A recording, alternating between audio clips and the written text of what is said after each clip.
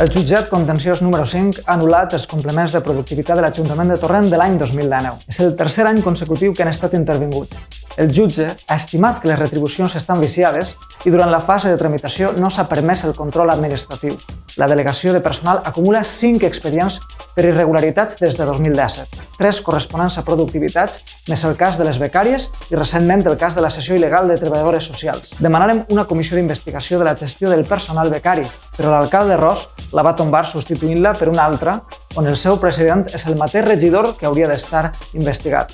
D'aquesta comissió no tenim cap notícia sobre els seus resultats, tot i que l'alcalde va decretar que les conclusions estarien en un mes. Des del grup municipal de Compromís exigirem la creació d'una nova comissió d'investigació perquè s'aclarisquen les responsabilitats administratives, patrimonials i polítiques sobre la nefasta gestió de l'àrea de personal, la falta de transparència i les ingerències polítiques del govern en la gestió administrativa de l'Ajuntament.